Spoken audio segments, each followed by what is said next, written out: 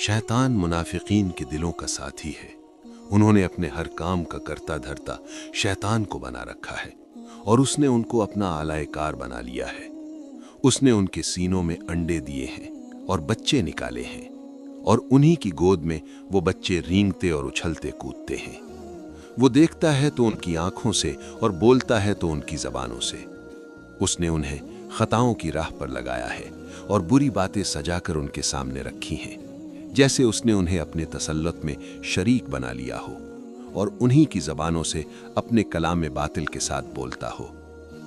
मुनाफिकीन के मुताल्लिक़ फरमाते हैं कि ये लोग शैतान के रफ़ीक़ कार और उसके मुईन व मददगार हैं, और उसने भी उनसे इतनी राह रस्म पैदा कर ली है कि उन्हीं के यहाँ डेरे डाल दिए हैं और उन्हीं के सीनों को अपना आशियाना बना लिया है।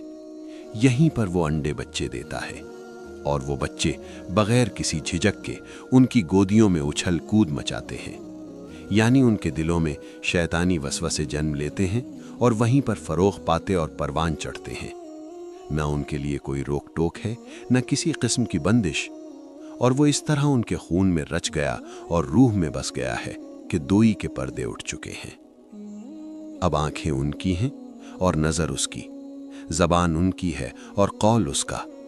जैसा कि पैगंबर सल्लल्लाहु अलैहि वसल्लम ने फरमाया, शैतान औलाद आदम के रगो पै में खून की जगह दौड़ता है।